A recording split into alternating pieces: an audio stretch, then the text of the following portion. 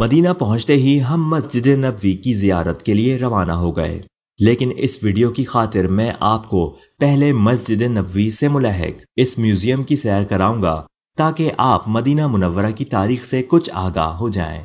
نبی پاک صلی اللہ علیہ وآلہ وسلم کی مدنی زندگی اور اس کے بعد پیش آنے والے واقعات کو سمجھنے کے لیے یہ کرنا ضروری ہے۔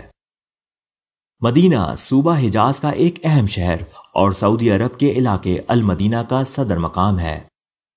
عربی زبان کے لفظ مدینہ کے معنی ہے شہر۔ اس شہر کا اصل نام یثرب تھا۔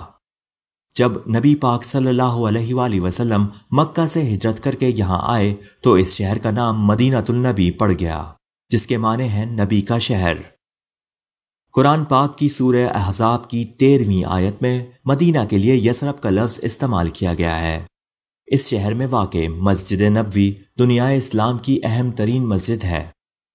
اس کے قریب ہی نبی پاک صلی اللہ علیہ وآلہ وسلم کی آخری آرام گاہ ہے۔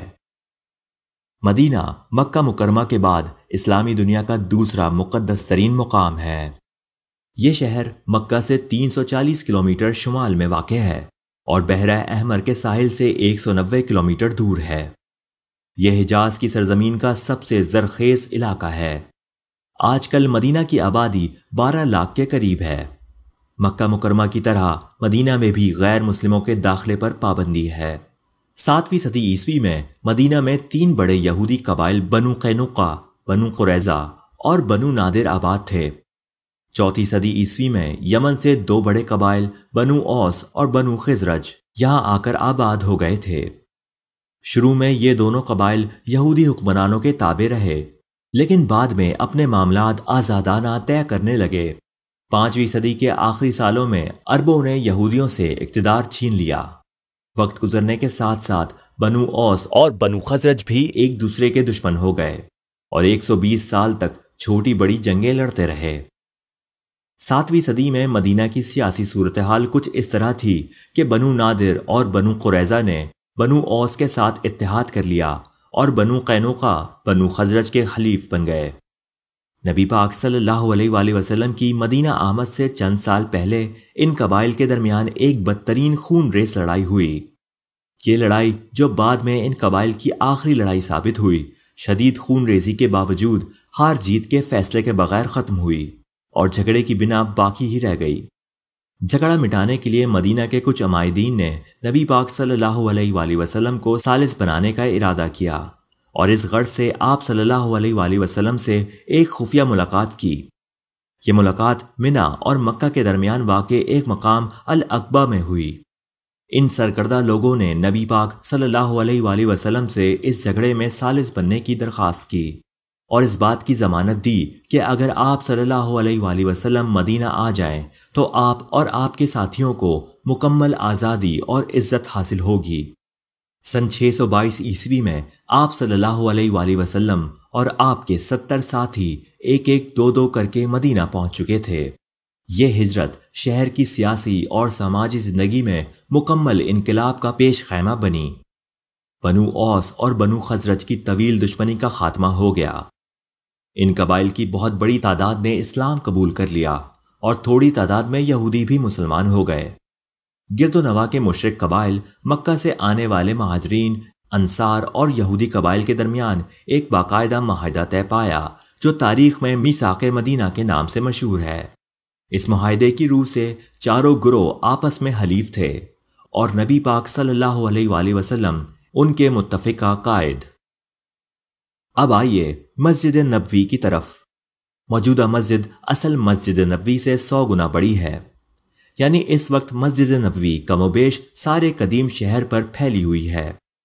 یہ مسجد نبی پاک صلی اللہ علیہ وآلہ وسلم نے مدینہ آمد کے فوراً بعد تعمیر کرائی تھی۔ آپ صلی اللہ علیہ وآلہ وسلم اپنی اونٹنی قصفہ پر سوار اس مقام پر پہنچے اور اس مقام پر مسجد کی تعمیر کا ارادہ کر لیا۔ یہ زمین 2 یتیم بھائیوں کی ملکیت تھی۔ آپ صلی اللہ علیہ وآلہ وسلم نے ان سے یہ زمین خرید لی اور مسجد نبوی کی بنیاد رکھی۔ مسجد کی تعمیر میں 7 ماہ کا عرصہ لگا۔ مسجد 31 میٹر لمبی اور 36 میٹر چوڑی تھی۔ اس کے ستون کھجور کے تنوں سے قائم کیے گئے تھے اور چھت کھجور کے خشک پتوں سے ڈالی گئی تھی۔ مسجد کی دیواریں صرف 4 میٹر بلند تھیں۔ مسجد کے داخلی دروازے 3 تھے۔ مشرق میں باب النساء، مغرب میں باب الجبریل اور جنوب میں باب الرحمان۔ جنگ خیبر کے بعد مسجد میں کچھ توسیع کر دی گئی۔ مسجد کی حدود میں ہر جانب 47 میٹر کا اضافہ کیا گیا۔ مغربی دیوار کے ساتھ ستونوں کی 3 نئی قطاریں بنائی گئیں اور یہ جگہ نماز کے لیے مخصوص کر دی گئی۔ اس وقت تک مسجد کا کوئی مینار نہ تھا۔ 4 میناروں میں سے پہلا مینار حضرت عمر رضی اللہ تعالیٰ عنہ کے دور میں تعمیر کیا گیا، جس کی اونچائی 8 میٹر تھی۔ سن 1307 میں محمد ابن کلاون نے باب السلام کے نام سے ایک اور مینار کا اضافہ کیا، جس کی تزئین محمد چہارم نے کرائی۔ 1994 کا آرائش نو کا منصوبہ مکمل ہونے پر میناروں کی تعداد 10 ہو چکی تھی، جو کہ 104 میٹر اونچے تھے۔ میناروں کے نچلے، درمیانی اور بالائی حصے بالترتیب ہشت پہلو، چوکور اور سلنڈر نما ہیں۔ مسجد نبوی اسلامی تاریخ کی تیسری مسجد ہے۔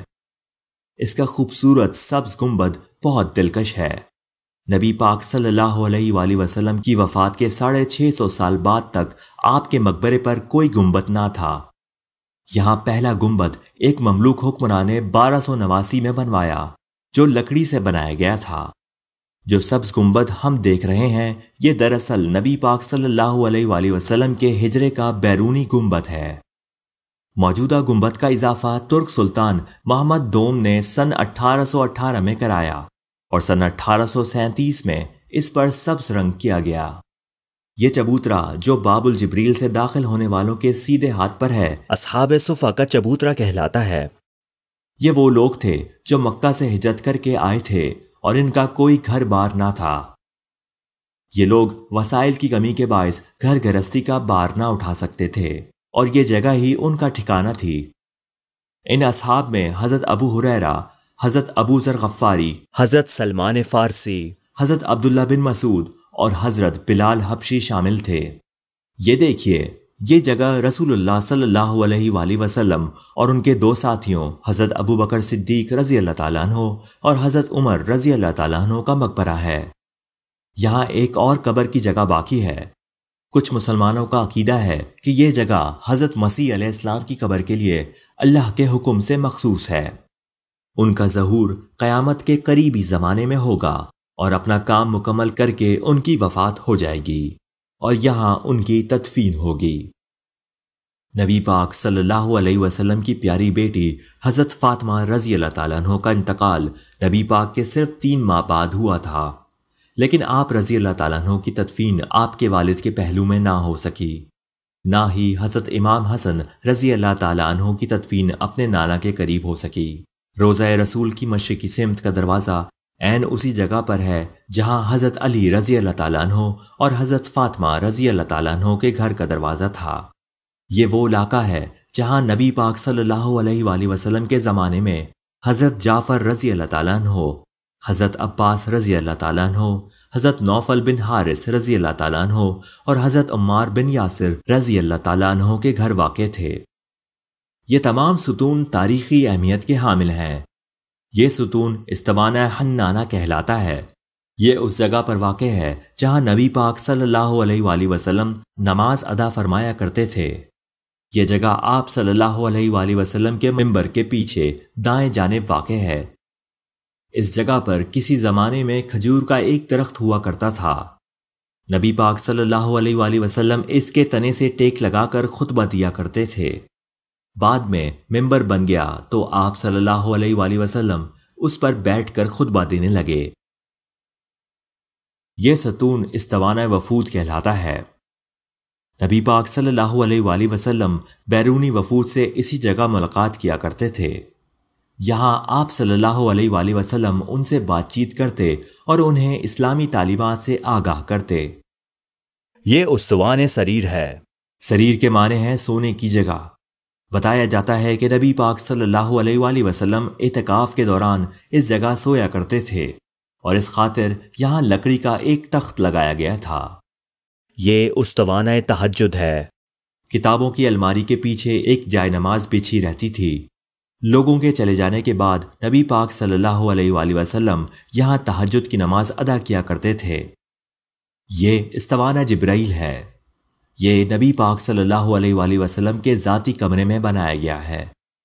حضرت جبرائیل علیہ السلام عام طور پر یہیں اللہ جل شانہ کا پیغام لے کر حاضر ہوا کرتے تھے۔ اب یہ دیکھا نہیں جا سکتا۔ اس طرف استوانہ حرس ہے۔ حرس کے معنی ہے نگرانی۔ استوانہ حرس اس جگہ واقع ہے جہاں بیٹھ کر حضرت علی کرم اللہ وجہہ مسجد میں آنے والوں کی سیکیورٹی کے فرائض انجام دیا کرتے تھے۔ رسول اللہ صلی اللہ علیہ وآلہ وسلم کے زمانے میں ہی منافقوں نے اسلام کو مٹانے کی بھرپور کوششیں کی لیکن ناکام رہے۔ آپ صلی اللہ علیہ وآلہ وسلم کی وفات کے بعد یہ لوگ ایک بار پھر سرگرم ہوئے، لیکن آپ صلی اللہ علیہ وآلہ وسلم کے اہل خانہ اور سچے ساتھیوں نے ہر طرح کی قربانیاں دے کر ان کی کوششوں کو ناکام بنا دیا۔ اس سلسلے کا سب سے بڑا تصادم حضرت امام حسین علیہ السلام اور ملعون یزید بن معاویہ کے درمیان ہوا۔ یہ حق و باطل کا سب سے بڑا معرکہ تھا جو کربلا کے میدان میں پیش آیا۔ امام حسین علیہ السلام اور ان کے اہل خانہ شہید کر دیے گئے۔ خواتین اور بچوں کو قیدی بنا لیا گیا۔ انہیں ننگے پاؤں اور ننگے سر کوفہ اور دمشق کے بازاروں میں پھرایا گیا۔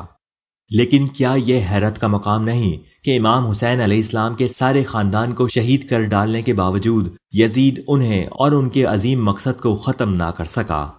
آپ علیہ السلام اور آپ کی جد و جہد نہ صرف تمام مسلمانوں کے دلوں میں زندہ ہے بلکہ دنیا کی تاریخ میں بھی یہ ظلم و جبر کے خلاف جد و جہد کی علامت ہے۔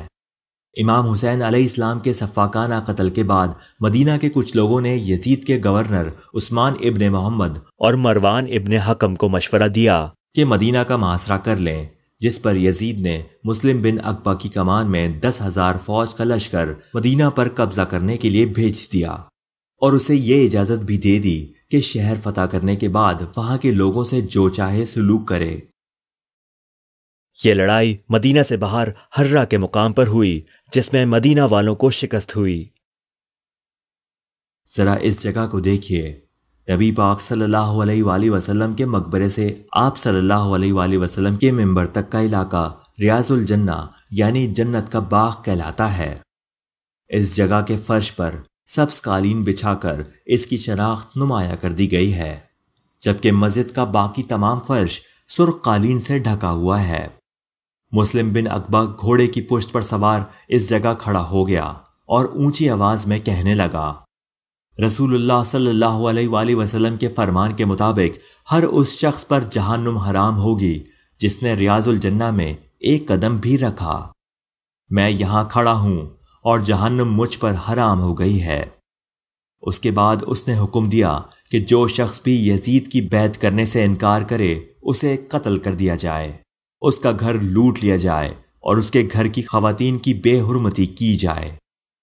یہ ظلم 3 دن تک جاری رہا اور اس کے نتیجے میں 700 خواتین حاملہ ہو گئیں۔ ان کے ہاں پیدا ہونے والے بچوں کو ہرہ کی اولاد کا نام دیا گیا۔ ایک بات اور وہ یہ کہ اس لشکر میں حجاج بن یوسف بھی شامل تھا، لیکن اس وقت وہ صرف ایک کم سن سپاہی ہی تھا۔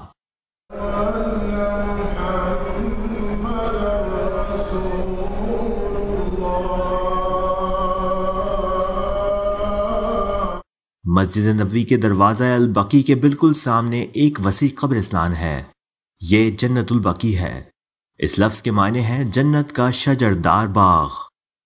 سن 1790 میں حجاز کا علاقہ ترکی کی عثمانیہ سلطنت کا ایک حصہ تھا۔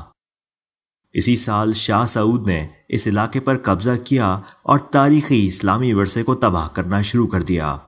اس پر عثمان ترک حکمران سلطان محمد دوم نے ابراہیم پاشا کی کمان میں 1818 میں ایک فوج نجد فتح کرنے کو بھیجی۔ ترک جرنیل نے السعود کو شکست دی اور یہ مقبرے دوبارہ تعمیر کرائے۔ انگریز براہ راست حجاز کی سرزمین پر حملہ کرنے کا رسک نہیں لے سکتے تھے۔ انہوں نے اپنی روایتی عیاری سے کام لیا اور اس مقصد کے لیے 2 مقامی عرب قبائل السعود اور شریف حسین سے مدد حاصل کی۔ السعود کا تعلق نجد سے تھا اور یہ قبیلہ 100-200 سال سے اس علاقے میں اقتدار حاصل کرنے کے لیے کوششیں کر رہا تھا۔ سن 1880 میں انگریزوں کی مدد سے شاہ سعود نے نجد پر قبضہ کر لیا اور یہاں کا حکمران بن گیا۔ دوسری عالمی جنگ میں جب انگریزوں نے سلطنت عثمانیہ کو شکست دی تو حجاز کا علاقہ سعودیوں کے حوالے کر دیا۔ سعودی یہ نظریہ رکھتے تھے کہ ان کے عقائد سے ہٹ کر سوچنے اور چلنے والے لوگ توحید کے منکر ہیں۔ ابتدا میں انہوں نے شیعہ اور سنی دونوں فرقوں کو کافر قرار دیا۔ نبی پاک صلی اللہ علیہ وآلہ وسلم کی پیدائش سے بھی پہلے سے اس ملک کا نام حجاز تھا۔ سعودیوں نے اس کا نام سعودی عرب رکھ دیا اور مقدس مقبروں کی تباہی کا کام شروع کر دیا۔ انہوں نے اپنا ایک نمائندہ سلیمان بن بلحد مدینہ بھیجا تاکہ وہ وہاں کے مسلمان علماء کو اس بات پر قائل کرے کہ وہ کسی بھی استدلال کی روح سے جنت البقیع کو تباہ کرنے کا فتویٰ دے دیں۔ ایک دلیل یہ تھی کہ مزاروں نے قبرستان کی بہت سی جگہ گھیر رکھی ہے اور اس ناجائز قبضے کی وجہ سے دوسرے لوگوں کو اپنے مردے دفن کرنے کے لیے جگہ کی تنگی کا سامنا رہتا ہے۔ اپنے حق سے محروم لوگوں کو انصاف کی فراہمی کے لیے مزاروں کو مسمار کرنا ضروری ہے۔ صرف اسی استدلال کی بنا پر فتویٰ طلب کیا گیا۔ کچھ علماء نے اختلاف کا اظہار کیا جس پر انہیں دھمکی دی گئی کہ اگر وہ خاموش نہ ہوئے تو انہیں کافر قرار دے کر قتل کر دیا جائے گا۔ آخرکار فتویٰ جاری ہو گیا۔ فتویٰ یہ تھا: متفقہ طور پر قبروں کے اوپر کسی بھی طرح کی عمارتیں بنانا ممنوع قرار دیا جاتا ہے۔ یہ حضرت علی رضی اللہ تعالیٰ عنہ کے اس بیان کی روشنی میں کیا جا رہا ہے جس میں انہوں نے کہا ہے کہ نبی پاک صلی اللہ علیہ وآلہ وسلم نے ایک بار ارشاد فرمایا تھا کہ جب بھی تم کوئی تصویر دیکھو تو اسے پھاڑ ڈالو، اور جب بھی تم کوئی قبر زمین سے اونچی دیکھو تو اسے زمین کے ساتھ برابر کر دو۔ فتویٰ جاری ہوتے ہی ساری اسلامی دنیا میں ایک ہنگامہ کھڑا ہو گیا۔ شیعہ اور سنی دونوں فرقوں کے نمائندہ علماء نے کھلے لفظوں میں فتوے کی مخالفت کی۔ ان علماء میں ہندوستان سے مولانا محمد علی جوہر نہایت نمایاں تھے۔ سعودی حکومت نے کسی احتجاج یا مخالفت کی پرواہ نہ کی اور 21 اپریل سن 1925 کو سعودی حکمران شاہ سعود کے حکم سے تمام مقبرے مسمار کر دیے گئے۔ جن سعودی مسلمانوں نے اس کارروائی کی مخالفت کی انہیں کافر قرار دے کر قتل کر دیا گیا۔ سلامت رہ جانے والا واحد مقبرہ نبی پاک صلی اللہ علیہ وآلہ وسلم کا تھا۔ سعودی حکمرانوں نے اس بات کا خوب پرچار کیا کہ نبی پاک صلی اللہ علیہ وآلہ وسلم کی قبر پر مقبرے کی عمارت آپ کی تعلیمات کے منافی ہیں، اور مسجد کے اندر قبر بنانا بھی ایک بڑا گناہ ہے۔ لیکن شدید عالمی رد عمل کے خوف اور مذمت کے باعث وہ نبی پاک صلی اللہ علیہ وآلہ وسلم کے مقبرے کو مسمار کرنے سے باز رہے۔ پہلی بات تو یہ ہے کہ یہ فتویٰ تمام مسلم امہ نے متفقہ طور پر نہیں دیا تھا۔ چند مخصوص علماء نے حکومتی دباؤ پر یہ فتویٰ دیا تھا۔ دوسرے یہ کہ ماضی میں ہر دور میں قبروں پر مقبرے تعمیر کرنے کا رواج رہا ہے۔ نبی پاک صلی اللہ علیہ وآلہ وسلم اور ان کے ساتھیوں کی قبروں پر بھی روضے تعمیر کیے گئے تھے۔ تیسری اہم بات یہ کہ سنی علماء کے مطابق حضرت علی رضی اللہ تعالیٰ عنہ سے منسوب بیان کے متعلق یقین سے نہیں کہا جا سکتا کہ یہ کس حد تک سچائی پر مبنی ہے۔ وہ اس بیان کو مشکوک قرار دیتے ہوئے اس پر اعتماد کرنے کو تیار نہیں۔ لگتا ایسا ہے کہ جیسے یہ بیان حکمرانوں کی ہدایت پر ان کی خواہش کے مطابق تراشا گیا ہے۔ آج بھی سنی علماء زمین سے 6 انچ اونچی قبر بنانے کو ہی مستحب سمجھتے ہیں۔ یہ مقبرے جو مسمار کر دیے گئے زیارت کے لیے آنے والوں کو دعا اور تلاوت کی جگہ فراہم کرتے تھے اور انہیں موسمی حالات سے بھی بچاتے تھے۔ اور اگر حضرت علی رضی اللہ تعالیٰ عنہ کے اس قول کو سچ مان بھی لیا جائے تو بھی کئی سوال سر اٹھاتے ہیں۔ حضرت عمر رضی اللہ تعالیٰ عنہ کے زمانے میں مسلمان حکومت اسرائیل اور مصر تک پھیلی ہوئی تھی، اور اس وسیع مسلمان سلطنت کی حدود میں بہت سے اولین پیغمبروں سمیت نبی پاک صلی اللہ علیہ وآلہ وسلم اور ان کے عزیز و اقارب اور ساتھیوں کے مقابر موجود تھے۔ اس وقت انہیں مسمار کیوں نہ کیا گیا؟ یہاں تک کہ حضرت علی رضی اللہ تعالیٰ عنہ نے خود اپنے دور خلافت میں بھی کسی مقبرے کو مسمار کرنے کا حکم نہیں دیا۔ یہ کھلی حقیقت ہے کہ نہ تو نبی پاک صلی اللہ علیہ وآلہ وسلم نے اور نہ ہی چاروں خلفائے راشدین میں سے کسی نے مقبرے مسمار کرائے۔ یہ ایک بڑی سچائی ہے کہ مسلمان حکمرانوں نے 1400 سال تک ان مقبروں کی حفاظت کی۔ مدینہ کے علماء نے بھی 1400 سال تک اپنی مرضی سے ایسا کوئی فتویٰ نہ دیا۔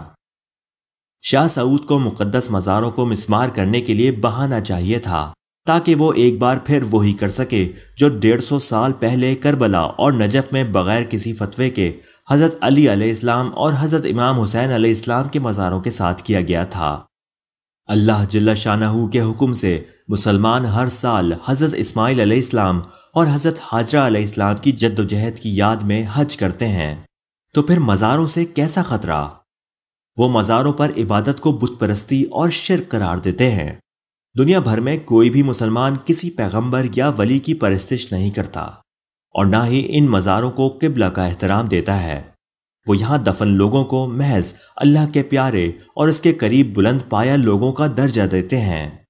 وہ ان مزاروں پر ان بزرگوں کی نہیں، اللہ کی عبادت کرتے ہیں، اور اس عمل کو شرک قرار دینا بے معنی الزام تراشی کے سوا کچھ نہیں۔ اور دوسری طرف یہ نکتہ بھی اہم ہے کہ سعودی حکومت حج اور عمرے کے ویزے بغیر فوٹو کے جاری نہیں کرتی، اور خواتین تک اس شرط سے مبرہ نہیں۔ اور تو اور ان کی کرنسی نوٹوں پر بھی شاہ عبداللہ کی تصویر ہے۔ یہ بات میری سمجھ سے بالاتر ہے کہ حضرت علی رضی اللہ تعالیٰ عنہ کے خود ساختہ قول کے ایک حصے پر فوری عمل کیا گیا، جس سے دنیا بھر کے ہر فرقے کے مسلمانوں کی دل آزاری ہوئی، لیکن اسی بیان کے دوسرے حصے پر عمل کو اتنا ضروری نہ سمجھا گیا۔ سعودیوں نے مقابر ملیہ میٹ کرنے میں تو بڑی تیزی دکھائی، لیکن تصویروں کی اشاعت کو جائز قرار دے دیا۔ ہم قرآن کو منصف ٹھہراتے ہیں۔ قرآن پاک میں ارشاد ہوتا ہے، ان لوگوں پر خدا کی لعنت ہو جو جھوٹ بولتے ہیں۔ سورہ آل عمران آیت 61۔ مسجد کے اندر جانے سے پہلے وہ تمام کاغذات جن پر کوئی دعا یا قرآنی آیات لکھی ہوں باہر ہی چھوڑ جائیے گا، ورنہ گارڈ آپ کو اٹھا کر باہر پھینک دیں گے، اور ہو سکتا ہے کہ آپ زخمی بھی ہو جائیں۔ میں ایسے بہت سے مناظر اپنی آنکھوں سے دیکھ چکا ہوں، بلکہ 25 سال پہلے جب میں پہلی بار یہاں آیا تھا تو عملی تجربے سے بھی گزرا تھا۔ موبائل فون البتہ آپ کی بہت مدد کر سکتا ہے۔ بہت سی ایپس سیل فون پر آپ کی رہنمائی کے لیے موجود ہیں، جو آپ کو نہ صرف جنت البقیع کا تفصیلی نقشہ فراہم کر دیں گی، بلکہ یہ معلومات بھی فراہم کر دیں گی کہ کس قبر میں کون دفن ہے۔ یہاں سے آپ کو مختلف قبروں پر پڑھی جانے والی دعاؤں کی رہنمائی بھی مل جائے گی۔ تصویریں لیتے وقت بہت محتاط رہنے کی ضرورت ہے، خاص طور پر نبی پاک صلی اللہ علیہ وآلہ وسلم کی صاحبزادی حضرت فاطمہ رضی اللہ تعالیٰ عنہ کی قبر پر۔ اگر آپ کوئی ویڈیو بنانا چاہتے ہیں تو پوری طرح چوکنے رہیے اور کسی گارڈ کی نظر پڑنے کا احساس ہوتے ہی ہجوم میں غائب ہو جائیے۔ ویسے ایک انتہائی محفوظ طریقہ بھی ہے، آپ جنت البقیع کے ارد گرد کے کسی ہوٹل میں اوپر کی کسی منزل پر کمرہ حاصل کریں اور اپنے کمرے کی کھڑکی یا ہوٹل کی چھت سے بآسانی ویڈیو بنا لیں۔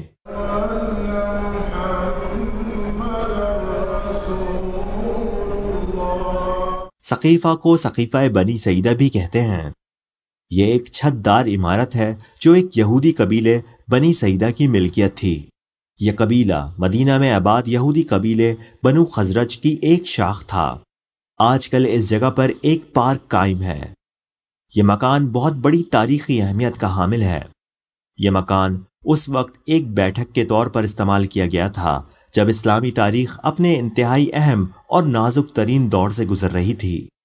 جس دن نبی پاک صلی اللہ علیہ وآلہ وسلم کی وفات ہوئی، یعنی 8 جون سن 632 عیسوی کو، اس دن انصار جو کہ مدینہ کے مقامی مسلمان تھے، سقیفہ بنی سعیدہ میں اکٹھے ہوئے اور مستقبل کی مسلمان قیادت کے بارے میں بات چیت کرنے لگے۔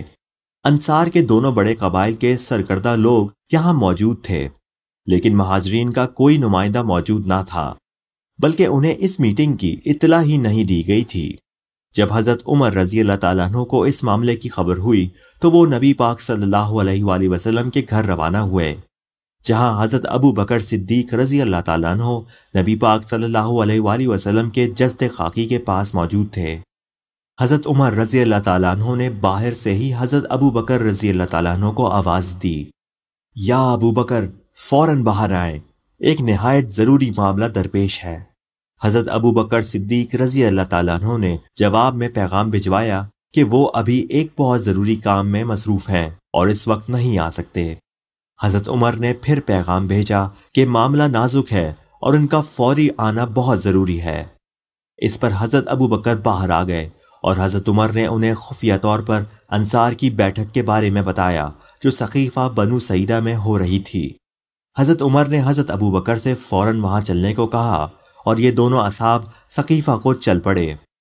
ایک گرما گرم بحث مباحثے کے بعد، جس کی تفصیلات بہت تکلیف دہ ہیں، وہاں موجود تمام لوگوں نے حضرت ابو بکر صدیق رضی اللہ تعالیٰ عنہ کی بیعت کر لی، یعنی انہیں مسلمانوں کا نیا قائد منتخب کر لیا گیا۔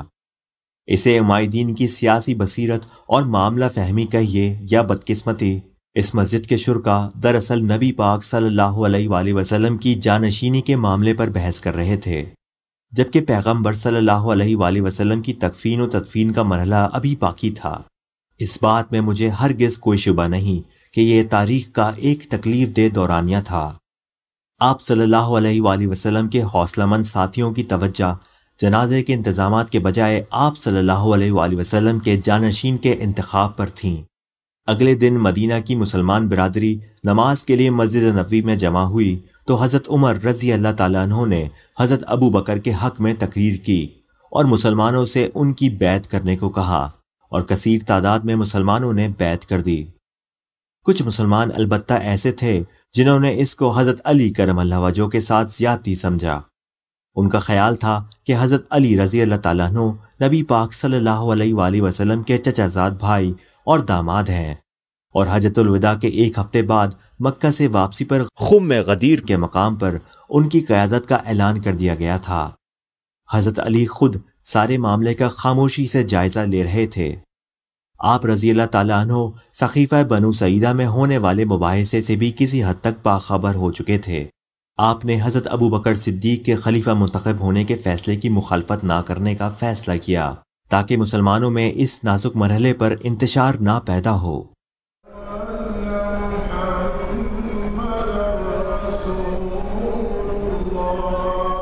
بدر کا مقام مدینہ سے 150 کلومیٹر اور مکہ سے 300 کلومیٹر کے فاصلے پر واقع ہے۔ اس جگہ کی اسلامی تاریخ میں نہایت نمایاں حیثیت ہے۔ ہجرت کے 2 سال بعد 13 مارچ سن 624 عیسوی کو منگل کے دن یہاں کفر و اسلام کی پہلی بڑی لڑائی لڑی گئی۔ اس سے پہلے سن 623 کے آخر اور 624 کے شروع میں مسلمانوں اور مکہ والوں کے درمیان چھوٹی موٹی جھڑپیں ہوتی رہی تھیں۔ تاہم دونوں حریفوں کے درمیان پہلا بڑا معرکہ بدر کے مقام پر پیش آیا۔ ہجرت کے دوسرے سال رمضان کے مہینے کے شروع میں ابو سفیان ایک بڑے تجارتی قافلے کو لے کر شام سے مکہ پلٹ رہا تھا۔ قافلے کے ساتھ 50 تیر اندازوں پر مشتمل محافظ دستہ بھی تھا۔ یہ صورتحال نبی پاک صلی اللہ علیہ وآلہ وسلم کو مدینے کے لیے ایک خطرہ محسوس ہوئی، اور آپ صلی اللہ علیہ وآلہ وسلم نے دفاعی حکمت عملی ترتیب دے کر اس خطرے سے نمٹنے کی تیاری شروع کر دی۔ مکہ والوں کو ان تیاروں کی اطلاع ملی تو انہوں نے ابو سفیان کی مدد کے بہانے مدینے پر حملے کا ارادہ کر لیا، اور ابو جہل کی قیادت میں 1000 کا لشکر مدینہ کی طرف پیش قدمی کرنے لگا۔ ان حالات کا علم جب رسول اللہ صلی اللہ علیہ وآلہ وسلم کو ہوا تو آپ صلی اللہ علیہ وآلہ وسلم بھی 313 مجاہدین کے ساتھ مکہ سے مدینہ کو روانہ ہو گئے۔ ان مجاہدین میں حضرت ابو بکر، حضرت عمر، حضرت علی، حضرت حمزہ، حضرت زبیر، حضرت عمار یاسر اور حضرت ابو ذر غفاری شامل تھے۔ حضرت عثمان اپنی بیمار اہلیہ کی تیمارداری کے لیے مدینہ میں ہی رکے رہے، وہ اس جنگ میں شریک نہ تھے۔ حضرت سلمان فارسی بھی جنگ میں شریک نہ تھے کیونکہ وہ اب تک غلام تھے۔ مسلمانوں کی مختصر فوج کے پاس صرف 70 اونٹ اور 2 گھوڑے تھے، اور جنگی سامان اور ہتھیار بھی وافر نہ تھے، جبکہ کافروں کی فوج کے ہمراہ اس سے کئی گنا زیادہ جانور اور ہر قسم کا جنگی ساز و سامان بہت کثرت سے تھا۔ اب ایک طرف ابو سفیان ایک اور غیر معروف راستے سے گزر کر مکہ پہنچ گیا، اور دوسری طرف یہ دونوں لشکر بدر کے مقام پر ایک دوسرے کے مقابل آ گئے۔ مسلمانوں کی فوج نے اپنے خیمے بدر کی پہاڑی پر نصب کیے، جبکہ مکہ والوں کا پڑاؤ نشیب میں واقع وسیع میدان میں تھا۔ رات کے وقت نبی پاک صلی اللہ علیہ وآلہ وسلم کے حکم سے پہاڑی پر جا بجا الاؤ روشن کیے گئے۔ عام طور پر 5 آدمیوں کے لیے ایک الاؤ روشن کیا جاتا تھا، لیکن اس موقع پر نبی پاک صلی اللہ علیہ وآلہ وسلم نے ایک زبردست جنگی چال چلی۔ آپ صلی اللہ علیہ وآلہ وسلم نے ہر آدمی کو الگ الاؤ روشن کرنے کا حکم دیا اور دشمن پر اصل سے 5 گنا بڑی فوج کی دھاک بٹھا دی۔ یہ چال، جسے اینٹی بلیک آؤٹ کا نام دیا جا سکتا ہے، اپنی طرز کی منفرد جنگی چال تھی، اور دنیا کی جنگی تاریخ کا یہ پہلا موقع تھا جب یہ چال چلی گئی اور انتہائی کامیاب رہی۔ اللہ کے رسول صلی اللہ علیہ وآلہ وسلم کی حربی صلاحیتوں کا یہ ایک کامیاب اظہار تھا۔ صبح کے وقت فوجیں آمنے سامنے صف آرا ہوئیں اور جنگ کا اعلان ہوا۔ جنگ کا آغاز عرب کے قدیم رواج کے مطابق انفرادی جنگ سے ہوا۔ قریش نے اپنے 3 نامور جنگجو میدان میں اتارے۔ ان میں سے ایک عتبہ ابن ربیعہ، ابو سفیان کا سسر، عتبہ کا بیٹا ولید اور عتبہ ہی کا بھائی شیبہ شامل تھے۔ ان کے مقابلے کے لیے نبی پاک صلی اللہ علیہ وسلم نے حضرت علی، حضرت حمزہ اور حضرت عبیدہ رضی اللہ تعالیٰ عنہ کو میدان میں بھیجا۔ دو بدو لڑائی میں حضرت علی نے ولید کو، حضرت حمزہ نے عتبہ کو قتل کر دیا۔ حضرت عبیدہ کو شیبہ نے شدید زخمی کر دیا۔ اسے حضرت علی اور حضرت حمزہ نے ہلاک کر دیا۔ حضرت عبیدہ کی ٹانگ کٹ کر جسم سے الگ ہو گئی تھی۔ زخموں کی تاب نہ لا سکے اور جنگ بدر کے پہلے شہید قرار پائے۔ اس طرح افرادی مقابلے میں مسلمان فتح یاب ہوئے اور عام جنگ کے لیے ان کا حوصلہ بلند ہو گیا تھا، یا فوجی اصطلاح میں یوں کہیے کہ مورال ہائی ہو گیا تھا۔ دوسری طرف 3 بہادر ترین جنگجوؤں کے مارے جانے سے قریش جنگ کی ابتدا میں ہی حوصلے ہار گئے تھے۔ نفسیاتی شکست نے انہیں خوف زدہ کر دیا اور ان کی فوج نے پسپائی اختیار کی۔ سپہر سے پہلے جنگ ختم ہو چکی تھی۔ مسلمانوں کی مٹھی بھر فوج نے مار لیا تھا۔ اس جنگ میں 14 مجاہدین شہید ہوئے اور 72 کافر مارے گئے۔ مسلمانوں نے 70 کافروں کو جنگی قیدی بھی بنا لیا۔ یہاں ایک غیر معروف صحابی حضرت حارث کا ذکر ضرور کرنا چاہیے۔ آپ رضی اللہ تعالیٰ عنہ کے 4 بیٹے اس جنگ میں شہید ہو گئے۔ اس سچے مسلمان اور محب رسول نے اس وقت نبی پاک صلی اللہ علیہ وآلہ وسلم کی آواز پر لبیک کہتے ہوئے 4 بیٹے اللہ کی راہ میں قربان کیے، جب آپ صلی اللہ علیہ وسلم کا ساتھ دینے والوں کی تعداد محض مٹھی بھر ہی تھی۔ جنگ بدر میں کامیابی رسول اللہ صلی اللہ علیہ وسلم کی کفار کے خلاف جدوجہد میں ایک تاریخی موڑ ثابت ہوئی۔ مکہ والوں کے علاوہ ارد گرد کے دیگر قبائل جو اب تک اسلام کو محض ایک علاقائی قوت اور مسلمانوں کو مخصوص مذہبی عقائد رکھنے والے افراد کا ایک مختصر گروہ سمجھتے تھے، اسے ایک ٹھوس اور طاقتور زمینی حقیقت کے طور پر قبول کرنے لگے اور اس کے پیغام کو ایک روحانی تحریک جسے واضح طور پر آسمانی طاقتوں کی حمایت حاصل تھی۔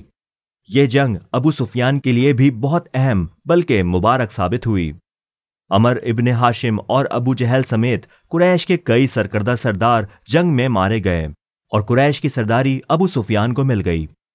بدر کی فتح نے مسلمانوں کے ایمان کو مزید مضبوط کیا اور اسلامی ریاست کی بنیاد کو استحکام بخشا۔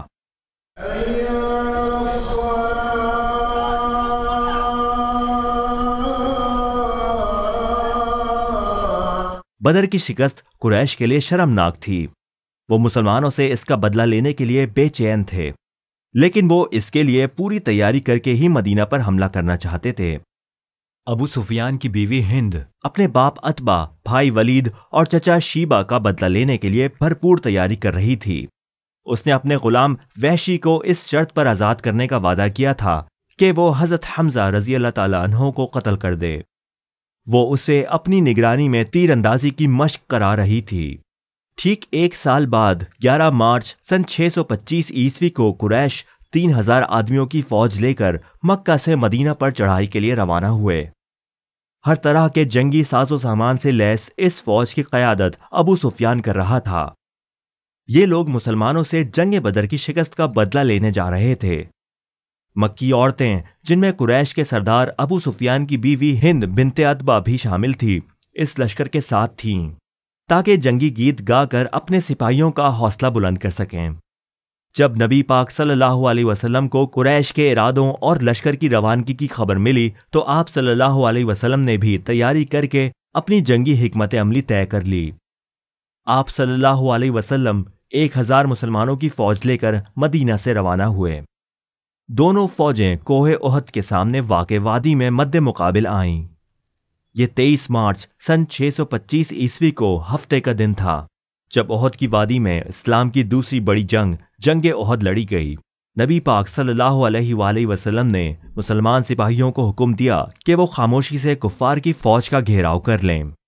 اگلے دن صبح سویرے مسلمان سپاہیوں نے گہرائی میں واقع پہاڑی ڈھلانوں پر پوزیشنیں سنبھالی ہی تھیں کہ ایک غیر متوقع صورتحال سامنے آئی۔ خزرج قبیلے کا سردار عبداللہ ابن ابی اپنے 300 ساتھیوں کو لے کر الگ ہو گیا اور نبی پاک صلی اللہ علیہ وآلہ وسلم کا ساتھ چھوڑ کر مدینہ واپس چلا گیا۔ اب مسلمانوں کی فوج کی تعداد 700 رہ گئی جو کہ کوہ احد کی پہاڑی ڈھلانوں پر تعینات تھی۔ فوجیوں کا رخ مدینہ کی طرف تھا اور پشت پر واقع کوہ احد ان کے لیے ایک قدرتی مورچے کا کام دے رہا تھا۔ مسلمان کیمپ کے مغربی جانب ایک پتھریلی پہاڑی تھی۔ اس پہاڑی پر نبی پاک صلی اللہ علیہ وسلم نے 50 تیر اندازوں کا ایک دستہ متعین کر دیا تھا جو پشت سے ہونے والے حملے کی صورت میں فوج کے دفاع کا ذمہ دار تھا۔ یہ تھی وہ حکمت عملی جو اللہ کے رسول صلی اللہ علیہ وآلہ وسلم نے اپنے سے کئی گنا بڑی فوج سے مقابلے کے لیے تیار کی۔ تعداد میں بہت کم ہونے کے باوجود مسلمانوں نے پیش قدمی کی اور دشمن کو پیچھے ہٹنے پر مجبور کر دیا۔ پاؤں اکھڑتے ہی قریش حوصلہ ہار گئے اور ساری مکی فوج تتر بتر ہو گئی۔ مسلمان میدان مار چکے تھے لیکن جنگ ابھی ختم نہیں ہوئی تھی۔ فتح صرف ایک قدم کے فاصلے پر تھی جب کچھ سپاہیوں سے ایک بہت بڑی غلطی سرزد ہو گئی۔ یہ پہاڑی درے پر متعین تیر انداز تھے جن کو رسول اللہ صلی اللہ علیہ وسلم نے کسی صورت میں اس جگہ کو نہ چھوڑنے کا حکم دیا تھا، لیکن وہ اس ہدایت کو بھول کر مال غنیمت جمع کرنے میں مصروف ہو گئے۔ ترہ خالی پا کر مکی فوج کے ایک دستے کو جس کی قیادت خالد بن ولید کے پاس تھی، مسلمان فوج پر پشت سے حملے کا موقع مل گیا۔ اچانک حملے سے مسلمان سپاہیوں میں افراتفری پھیل گئی۔ قریش کے بکھرے ہوئے سپاہی بھی واپس آ کر جنگ میں شریک ہو گئے۔ بہت سے مسلمان سپاہی شہید ہو گئے جن میں نبی پاک صلی اللہ علیہ وسلم کے چچا حضرت حمزہ رضی اللہ تعالیٰ عنہ بھی شامل تھے۔ نبی پاک صلی اللہ علیہ وسلم خود بھی شدید زخمی ہو گئے تھے۔ اس کے باوجود مسلمانوں نے ڈٹ کر مقابلہ کیا۔ بہت سی جگہوں پر دو بدو لڑائی بھی ہوئی، لیکن اس دوران نبی پاک صلی اللہ علیہ وسلم کی شہادت کی افواہ پھیل گئی جس نے مسلمانوں کا حوصلہ توڑ ڈالا اور وہ میدان چھوڑ کر ایک قریبی پہاڑی پر جمع ہو گئے۔ اتنے میں رسول اللہ صلی اللہ علیہ وآلہ وسلم کی سلامتی کی خبر آ گئی اور مسلمان کچھ پرسکون ہو گئے۔ اس اتفاقی فتح نے کفار پر وحشت طاری کر دی۔ ہند اور اس کے ساتھیوں نے حضرت حمزہ رضی اللہ تعالیٰ عنہ اور کئی دوسرے مسلمان شہداء کی میتوں کی بے حرمتی کی۔ ہند نے اپنے باپ، بھائی اور چچا کا بدلہ لینے کی خاطر حضرت حمزہ کا جگر نکال کر چبا لیا۔ حضرت حمزہ سمیت دیگر شہداء کے ناک اور کان کاٹ کر زیور کی طرح پاؤں میں پہن لیے۔ مکی فوج کے سپاہی احد کی دشوار گزار ڈھلانوں پر مسلمانوں کا پیچھا نہ کر سکے اور لڑائی بند ہو گئی۔ ابو سفیان نے قریش کی فتح کا اعلان کیا اور مکہ روانہ ہو گیا۔ اگرچہ مسلمان یہ جنگ ہار گئے تھے لیکن قریش بھی مکمل طور پر کامیاب نہ ہوئے تھے۔ ان کی جیت محض وقتی اور محدود جیت تھی۔ ان کا اصل ہدف مسلمانوں کے مرکز مدینہ کو تباہ کرنا اور نبی پاک صلی اللہ علیہ وسلم کو ان کے ساتھیوں سمیت مکمل طور پر شکست دینا تھا، اور بلا شبہ وہ اپنے ان عزائم میں ناکام رہے تھے۔ انہوں نے مسلمانوں کا پیچھا کرنے کے بجائے پسپائی اختیار کی تھی۔ دوسری طرف اس جنگ کے نتائج سے مسلمانوں اور ان کے مقاصد کو شدید جھٹکا لگا تھا۔ وہ مکہ والوں کو دوسری بڑی شکست دینے کے بالکل قریب تھے جب نبی پاک صلی اللہ علیہ وسلم کی ہدایت کو نظر انداز کرنے کی وجہ سے وہ جیتی ہوئی جنگ ہار گئے۔ نبی پاک صلی اللہ علیہ وسلم اور ان کے ساتھیوں نے جنگ کے دن احد کی پہاڑی پر واقع ایک غار کے نیچے اس مقام پر جہاں پہاڑ شروع ہوتا ہے نماز ادا کی تھی۔ آج اس جگہ پر ایک مسجد واقع ہے۔ اگرچہ مسجد کی عمارت امتداد زمانہ کا شکار ہو چکی ہے لیکن دیواروں اور محراب کے آثار باقی ہیں۔ مسجد کے گرد 4 دیواری بھی تھی لیکن اس کے کوئی آثار باقی نہیں رہے۔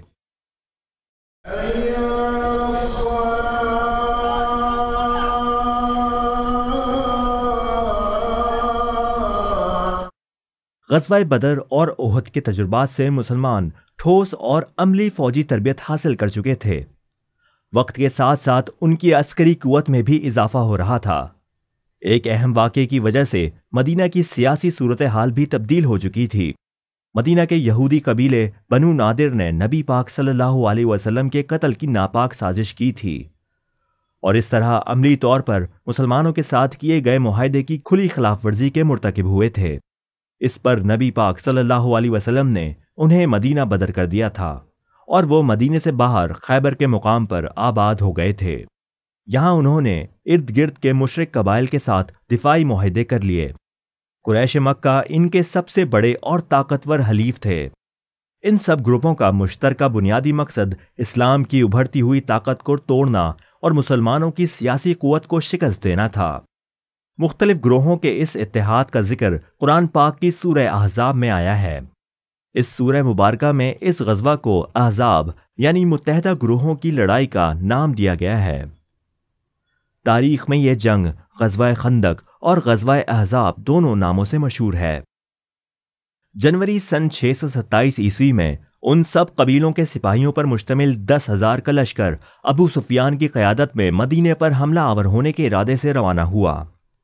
قرآن پاک نے اس جنگ کو اسلام کے خلاف کفر و یہود کا اتحاد قرار دیا ہے۔ اس کے مقابلے میں مسلمان فوج صرف 3,000 سپاہیوں پر مشتمل تھی، اور اس میں مدینہ کے 15 سال سے زیادہ عمر کی تمام مردانہ آبادی شامل تھی۔ جنگ کی حکمت عملی طے کرنے کے لیے نبی پاک صلی اللہ علیہ وسلم نے صحابہ کرام سے مشورہ کیا، اور حضرت سلمان فارسی رضی اللہ تعالیٰ عنہ کی تجویز کو پسند فرمایا۔ حضرت سلمان فارسی کا تعلق ایران سے تھا، جو اس زمانے میں فارس کہلاتا تھا۔ انہوں نے مدینہ کے شمال میں ایک خوب چوڑی اور گہری خندق کھودنے کی صلاح دی تھی، جو کہ ایران یا فارس کے لوگوں کی قدیم جنگی تکنیک تھی، جبکہ باقی 3 اطراف سے مدینہ پتھریلے پہاڑوں اور کھجور کے باغات سے گھرا ہوا تھا۔ 6 دن تک مدینہ کا ہر فرد خندق کھودنے میں مصروف رہا، اور آخر کار شہر کے دفاع کے لیے 5.5 کلومیٹر لمبی، 4.5 میٹر گہری اور 9 میٹر چوڑی خندق تیار ہو گئی۔ آج کل یہ خندق موجود نہیں، لیکن اس جگہ کی نشاندہی مختلف نشانات سے کر دی گئی ہے جہاں کبھی یہ خندق کھودی گئی تھی۔ یہ ایک کامیاب حربہ ثابت ہوا۔ اس سے پہلے عربوں نے کبھی بھی جنگ کے موقع پر، بلکہ شاید کسی بھی اور موقع پر خندق نہ کھودی تھی۔ اس کا رواج ہی نہ تھا، وہ تو بس گھوڑے دوڑاتے ہوئے میدان جنگ میں پہنچ جاتے تھے۔ وہاں شمشیر زنی اور تیر اندازی یا کبھی کبھی پہلوانی کے جوہر دکھاتے۔ فتح کی صورت میں جہاں تک ممکن ہوتا حریف کا پیچھا کرتے ہوئے مال غنیمت اکٹھا کرتے، اور شکست کی صورت میں کام آ گئے تو خیر، ورنہ گھوڑوں کا رخ گھر کی جانب کر کے ایڑ لگا دیتے۔ بس اللہ اللہ خیر صلاح۔ تو اس پس منظر میں قریش اور یہودیوں کے گمان میں بھی نہ تھا کہ مسلمان اس طرح ان کو مدینہ کے باہر محصور کر دیں گے۔ اتحادیوں کی فوجی قیادت پیچ و تاب کھا کر رہ گئی۔ وہ مدینہ کا گھیراؤ کیے ہوئے تھے، لیکن مدینہ والے محفوظ تھے۔ محاصرہ 4 ہفتے تک جاری رہا، لیکن حملہ آور شہر میں داخل نہ ہو سکے۔ آخر زچ ہو کر انہوں نے خندق عبور کر کے شہر میں داخل ہونے کا فیصلہ کیا۔ مسلمانوں کے لیے ان کا یہ اقدام غیر متوقع نہ تھا، اور انہوں نے اس صورتحال سے نمٹنے کی تیاری کر رکھی تھی۔ خندق عبور کرنے کی کوشش کرنے والوں پر تیروں اور پتھروں کی بارش کر دی گئی۔ ایک جوشیلے جنگجو نوفل ابن عبداللہ نے گھوڑے پر سوار خندق کے پار چھلانگ لگانے کی کوشش کی اور خندق میں جا گرا۔ مسلمان فوجیوں کی سنگ باری کی زد میں آ کر وہ اس قدر نڈھال ہوا کہ خندق سے باہر نہ نکل سکا۔ حضرت علی رضی اللہ تعالیٰ عنہ نے خندق میں اتر کر اسے موت کی گھاٹ اتار دیا۔ قریش کے کچھ اور سپاہیوں نے، جن میں عمرو ابن عبدود، دہرار ابن خطاب اور اکرمہ ابن ابو جہل شامل تھے، خندق کو ایک ایسے مقام سے پار کر لیا جہاں چوڑائی کچھ کم تھی۔ ان سپاہیوں نے صلہ نامی پہاڑی کے قریب ایک دلدلی علاقے پر قبضہ کر لیا۔ عمر ابن عبدود نے مسلمانوں کو کشتی کے لیے للکارا۔ حضرت علی رضی اللہ تعالیٰ عنہ نے اس کا چیلنج قبول کیا اور نبی پاک صلی اللہ علیہ وسلم کے حکم سے میدان میں اترے۔ ابتدائی زور آزمائی اور داؤ پیچ کے بعد مقابلے میں شدت آ گئی، اور دونوں حریف گرد کے بادل میں غائب ہو گئے، اور پھر ایک فیصلہ کن چیخ بلند ہوئی، لیکن یہ واضح نہ تھا کہ یہ کس کی آواز ہے اور فاتح کون ہے۔ آخر کار گرد کے بادل سے اللہ اکبر کی صدا بلند ہوئی، جو حضرت علی رضی اللہ تعالیٰ عنہ کی جیت کا اعلان تھی۔ محاصرہ طویل ہوتا جا رہا تھا اور دونوں فریقوں میں سے کوئی بھی پیچھے ہٹنے کو تیار نہ تھا۔ طویل محاصرے نے مسلمانوں کے لیے اچھی خاصی مشکلات پیدا کر دی تھیں۔ خوراک کے ذخائر ختم ہونے کو تھے اور سردی بڑھ رہی تھی۔ خاص طور پر رات کے وقت اس کی شدت میں بہت زیادہ اضافہ ہو جاتا تھا۔ راتوں کو مسلسل جاگتے رہنے اور چوکس رہ کر خندق کا پہرا دیتے رہنے سے بھی مجاہدین کے اعصاب دباؤ کا شکار تھے۔ دوسری طرف اتحادیوں کا حال بھی اس سے کچھ مختلف نہ تھا۔ کھانے پینے کا سامان ختم ہونے کو تھا۔ گھوڑے اور اونٹ چارے کی کمی کے باعث مرنے لگے تھے۔ اس سال سردی غیر معمولی طور پر زیادہ پڑی تھی اور ہوا میں نمی کی وجہ سے اس کی شدت اور بھی زیادہ ہو گئی تھی۔ محاصرے کی 27ویں رات تھی جب سخت چڑچڑاہٹ اور گو مگو کی کیفیت میں اتحادی قبائل نے پسپائی کا فیصلہ کیا اور اپنے خیمے اکھاڑ لیے۔ وہ واپس روانہ ہو رہے تھے۔ اگلی صبح میدان خالی تھا۔ اس جنگ میں مسلمانوں کا کوئی جانی نقصان نہ ہوا اور مخالفین کے بھی صرف 3 آدمی مارے گئے۔ مسلمانوں کی دفاعی پالیسی مکمل طور پر کامیاب رہی، جبکہ کفار اور یہودی کوئی بھی مقصد حاصل نہ کر سکے اور کھلی شکست سے دوچار ہوئے۔ اس جنگ میں ایک اور اہم معاملہ بھی پیش آیا تھا۔ مکہ میں آباد یہودی قبیلے بنو قریظہ نے اتحادیوں کے لیے جاسوسی کی تھی اور اس کی سزا کے طور پر نبی پاک صلی اللہ علیہ وسلم کے حکم سے مسلمانوں نے ان کی بستی کا محاصرہ کر لیا تھا۔ 25 دن کے محاصرے کے بعد بنو قریظہ نے غیر مشروط طور پر ہتھیار ڈال دیے اور مسلمانوں نے محاصرہ ختم کر دیا اور یوں یہ تاریخی جنگ ختم ہوئی۔ یہ قدیم مسجد دیکھیے۔ یہ خوبصورت مسجد کوہ صلا پر اس جگہ تعمیر کی گئی ہے جہاں سے خالد بن ولید خندق عبور کر کے مدینہ میں داخل ہوا تھا، جبکہ مسجد سلمان فارسی مناسب دیکھ بھال نہ ہونے کے باعث کھنڈر بن چکی ہے۔ کبھی کسی کے ہاتھ سے لکھا ہوا ان کا نام مسجد کی دیوار پر موجود تھا، لیکن آج اس شخص کا نام تک مسجد سے مٹ چکا ہے جس کی ایک تجویز کی بدولت مسلمانوں کو ایک عظیم اور تاریخی فتح نصیب ہوئی۔ قریش مکہ نے نبی پاک صلی اللہ علیہ وسلم کو مدینہ سے بے دخل کرنے کے لیے اپنی بھرپور طاقت آزمائی اور تمام تر وسائل استعمال کر دیے، لیکن اپنا مقصد حاصل کرنے میں وہ ناکام رہے۔ وہ نہ صرف جنگ ہار گئے بلکہ انہیں ایک اور بڑا نقصان بھی اٹھانا پڑا۔ وہ مدینہ سے گزر کر شام جانے والے تجارتی راستے سے محروم ہو گئے اور یوں اس تجارت سے ہاتھ دھو بیٹھے جس کے ساتھ ان کا خاندانی اور معاشی وقار وابستہ تھا۔ اس جنگ میں فتح کے بعد اسلام خطے میں مزید مضبوط اور پروقار حیثیت میں ابھرا۔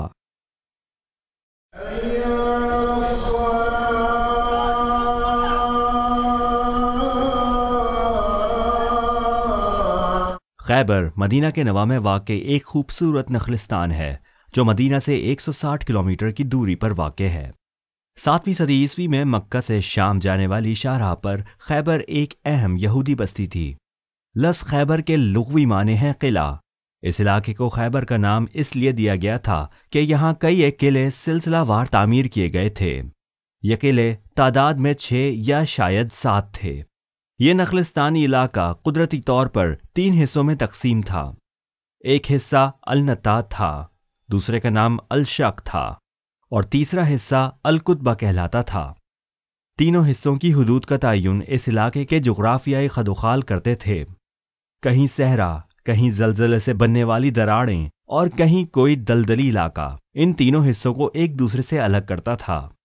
ہر حصے میں قلعوں کے علاوہ رہائشی مکانات، گودام اور استبل بھی واقع تھے۔ ہر قلعہ ایک الگ یہودی خاندان کی ملکیت تھا۔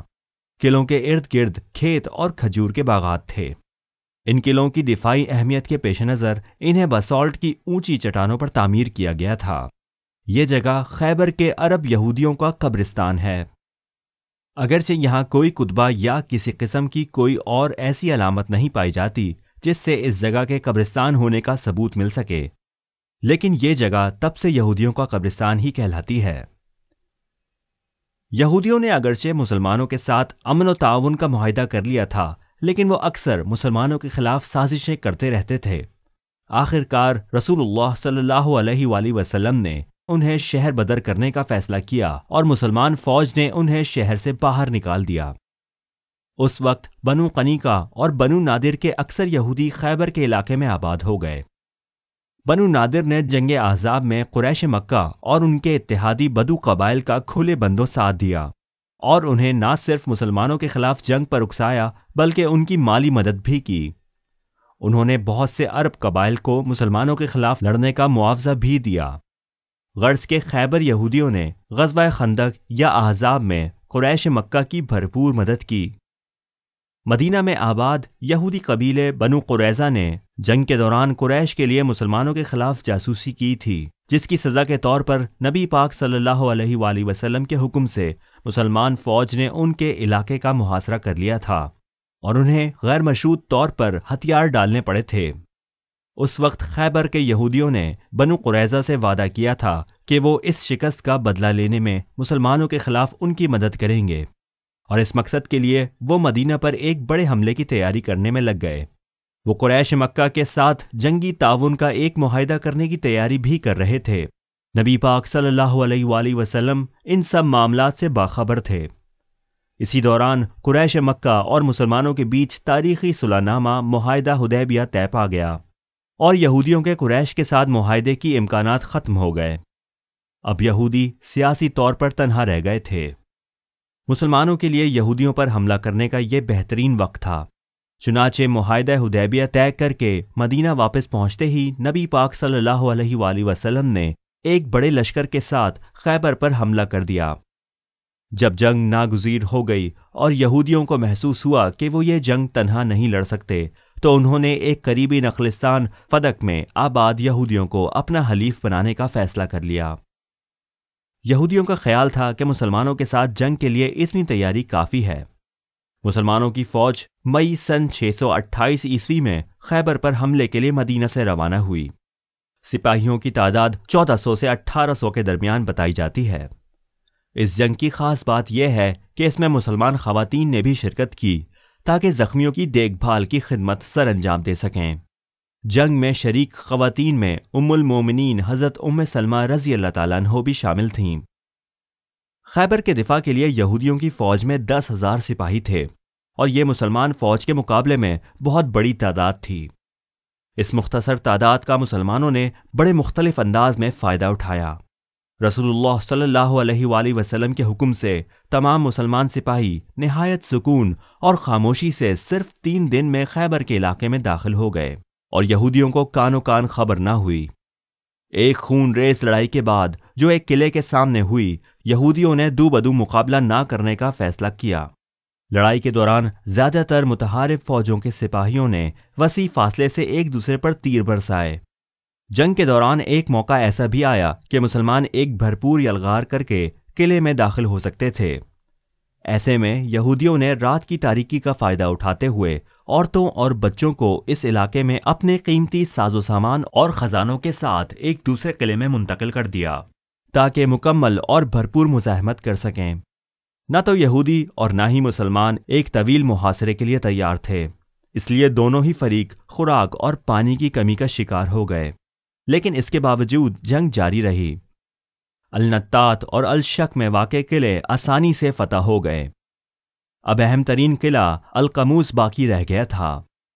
یہ ایک نہایت اہم قلعہ تھا جس کی حفاظت کے لیے یہودیوں نے نہایت سخت انتظامات کر رکھے تھے۔ اس قلعے کا محاصرہ 13 سے 19 دن تک جاری رہا۔ مسلمانوں نے اس قلعے میں داخل ہونے کی کئی کوششیں کیں لیکن کامیاب نہ ہو سکے۔ ایک رات رسول اللہ صلی اللہ علیہ وآلہ وسلم نے اعلان فرمایا، اللہ کی قسم کل میں جنگ کا پرچم اس شخص کو دوں گا جو اللہ اور اس کے رسول سے محبت کرتا ہے اور اللہ اور اس کا رسول اس سے محبت کرتے ہیں۔ اگلی صبح ہر ایک یہ جاننے کے لیے بے چین اور متجسس تھا کہ آج پرچم کس خوش نصیب کو ملتا ہے۔ ہر کوئی یہ اعزاز حاصل کرنا چاہتا تھا۔ اچانک نبی پاک صلی اللہ علیہ وآلہ وسلم نے حضرت علی رضی اللہ تعالیٰ عنہ کو پکارا۔ اس پر لوگوں کو کچھ حیرت ہوئی کیونکہ اس وقت حضرت علی بیمار تھے۔ ان کی آنکھوں میں تکلیف تھی اور اب تک ہونے والے کسی بھی حملے میں انہوں نے حصہ نہ لیا تھا۔ نبی پاک صلی اللہ علیہ وآلہ وسلم کے بلانے پر حضرت علی آگے بڑھے۔ ان کی آنکھوں کی تکلیف شدید تھی۔